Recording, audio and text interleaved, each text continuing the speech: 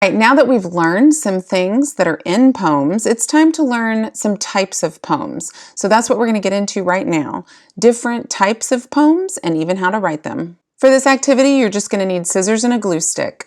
These are the 3 handouts I'm using in this video. If you don't have them, you can click the link in the description box below and go grab yourself a copy, or you can just stay tuned and see what you learn. If you do have them, go ahead and get these cut out. You're going to cut out 2 boxes for each type of poetry. So you'll see right here, this one is the example and it says free verse, very lightly in gray, and it goes with this one that tells you what free verse is. So you're going to cut out around each of these bold boxes. You are not going to cut this apart because that's how it's going to open and be glued down. And in the end, you're going to end up with 6 sets that have the name of a type of poetry and then an example for that type of poetry. Go ahead and pause the video so you can get those cut out. All right, now that you've got all your pieces cut out, we're going to learn about the first form of poetry. Let's take a look at limericks. Now, you've got one that's going to go on top and then one that's going to be tucked underneath for each type. So what we're going to do is we're going to fold this one so that we can see the black line and then fold it forward.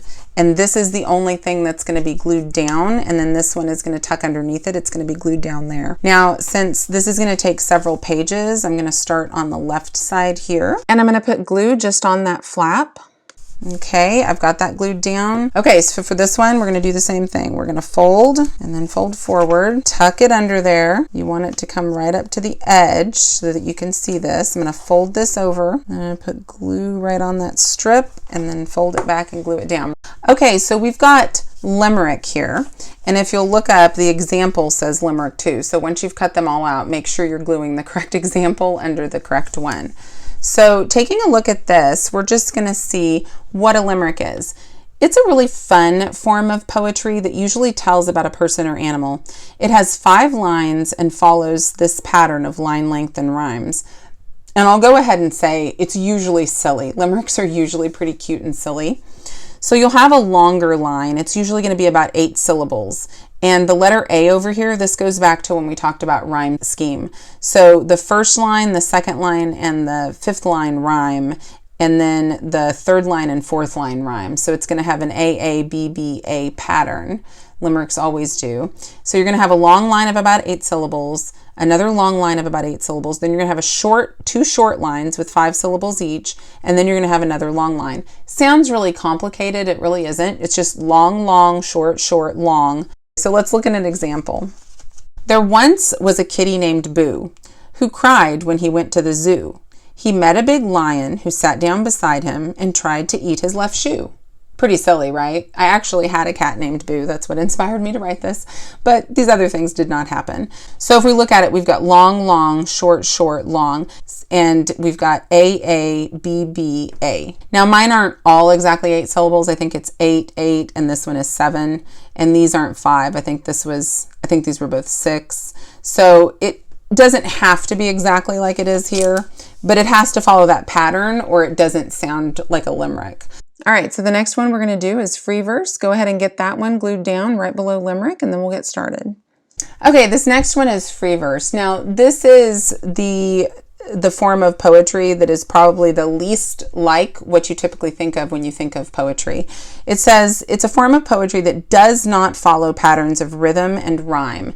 And that's really what we think of when we think of typical poetry. So taking the rhythm and rhyme out of it, when we read free verse, it tends to seem a little unusual, and a lot of times you may think this isn't a poem, but it still is. It doesn't have, there's no like law that says that poetry has to have rhythm or rhyme. So poets can do whatever they want. So I like some free verse poems. I tend to kind of like the ones more that do have the rhythm and rhyme, but there's very good free verse ones as well. Let's take a look at our example. Snow falls from frozen clouds. White blankets the land. The bears sleep quietly. The birds have gone south because it's winter. There's no rhyme and there's no rhythm because none of these lines really have this dun, da, dun, da, dun. There's not a similar line length, so you don't ever get that pattern, and there's no rhyme. And there's also not any real alliteration or any other sound devices like onomatopoeias or there's no repetition. So you're missing most of the things that you would hear whenever you're reading a poem. So that's what makes free verse different, but it's still considered a poem. Free verse can be pretty cool because you don't have to be able to come up with the best rhymes, and you don't have to be able to write poems that have really good rhythm, which is kind of hard to do sometimes. So free verse is a good option when you're writing a poem and you're not really sure how to follow all of those rules of other poems. Okay, the next one we're going to look at is quatrain, and we are going to fold this one down and put it in there just like we did the other ones. So once you do that, we will talk about it. Okay, now that you've got that glued in there, we're going to go ahead and talk about a quatrain. Now, this is probably one of my favorite types, and it's probably the one that I usually tend to write because I feel like it's easier. So it has a 4-line stanza that rhymes. And a quatrain poem can contain any number of stanzas. It could be one stanza or it could be multiple stanzas, but they're going to all have 4 lines. So let's look at the example. Humpty Dumpty sat on a wall. Humpty Dumpty had a great fall. All the king's horses and all the king's men couldn't put Humpty together again. It's probably one that you've heard before. We've got 4 lines here, and wall and fall rhyme, and men and again rhyme. And so we've got 4 lines and they rhyme. And so it's a pretty simple little poem. It's just a rhyming poem. Usually a quatrain is going to have rhythm. And you could add alliteration, other figurative language and things in there too. So it's just kind of up to you, but I do think quatrains are fun to write, but you do have to put the rhymes in there. All right, we're ready for our next one. It's a cinquain, and we are going to fold this and glue it down just like we did the other ones, and then we'll talk about it. So pause the video if you need to. Okay, so a cinquain is a form of poetry that has 5 lines, and it follows this pattern. Now, this is a very specific pattern, unlike a quatrain.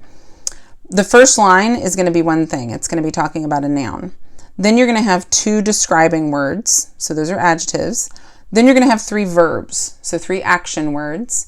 Then you're going to have 1 thought. This is just a phrase. It doesn't have to be a complete sentence, but it's 1 thought, maybe about this noun that you're talking about. And then 1 thing. It's going to be a synonym for whatever you used in line 1. So it sounds a little complicated, but it's probably one of the easiest ones to write. So let's take a look at an example.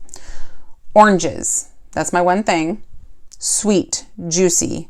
Those are my 2 describing words. Peeling, squeezing, squirting. Those are my action words, my verbs. Drinking liquid sunshine. That's my phrase. So it says 1 thought, it's just a phrase, drinking liquid sunshine. Obviously, oranges aren't liquid sunshine, but I'm using some figurative language in there. And then my synonym for oranges is citrus. That's the type of fruit that it is. Lemons, limes, oranges all belong in the citrus family. So it looks a lot easier once you see an example than it did when you just saw all this, but it's actually probably one of the easiest ones to write, and it doesn't rhyme, and it doesn't have rhythm because all of these lines are different syllables, but it does follow this cool pattern, and it makes it kind of formulaic, so you can write one pretty easily. All right, we are moving on. I'm on a new page. So we are going to do haiku now. Kind of a funny word, the way that it's spelled. Just make sure you've got the right example that goes along with it. Fold it and get it glued down just the way that we've done the other ones. Pause the video if you need to, and then we'll get started. Okay, so we're going to talk about haiku. It's actually a Japanese form of poetry. So this originated in Japan. It has 3 lines and it follows this very specific pattern. 5 syllables, 7 syllables, 5 syllables, and it can be whatever you want. They usually do not rhyme. They usually just sound pretty simplistic. So let's look at an example. Apples, crisp and sweet, juices dripping down my chin. Yummy fall delight. 5 syllables, 7 syllables, 5 syllables. Pretty simple, but it's all about apples. So a haiku, once again, is a pretty easy one to write because it doesn't have to rhyme. It doesn't have to have a rhythm. You just have to follow the pattern of syllables. It was kind of funny coming up with it because you are very much bound to this very specific syllable pattern. But haikus can be pretty cool, and they're actually, like I said, pretty easy to write. Okay, we are on to our last one. This is called an acrostic. Go ahead and get it glued down, and then we'll talk about it. All right, now we're going to take a look at an acrostic. It's a form of poetry where the first letter of each line spells out a word. So if we look at this, we can see the first letter of each line is spelling a word vertically this way. C-A-N-D-Y is spelling candy. You may have even written one like this, maybe with your name. Each line started with the next letter in your name. I know when I was in elementary school for Mother's Day one year, I made one for my mom, and it was mother, and then each line told about my mom. Well, in this poem, each line tells about candy, so let's read it. Chewy bites, assorted flavors, never enough pieces, delicious and yummy treats. So the acrostic doesn't have rhythm, it doesn't rhyme. It could, but it doesn't have to. All it has to do is spell a word going down this way, and then the lines will be describing whatever word you've chosen here, and that's the topic. All right, I hope you enjoyed these videos.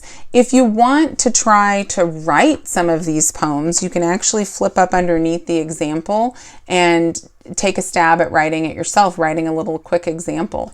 Like I said, some of them are easier than others, especially the ones that don't have to rhyme but follow a little pattern. So go ahead and give it a shot. Thanks so much for joining me for this lesson. Don't forget to check out all my other videos on poetry, and be sure to subscribe so you can stay updated when I post new videos.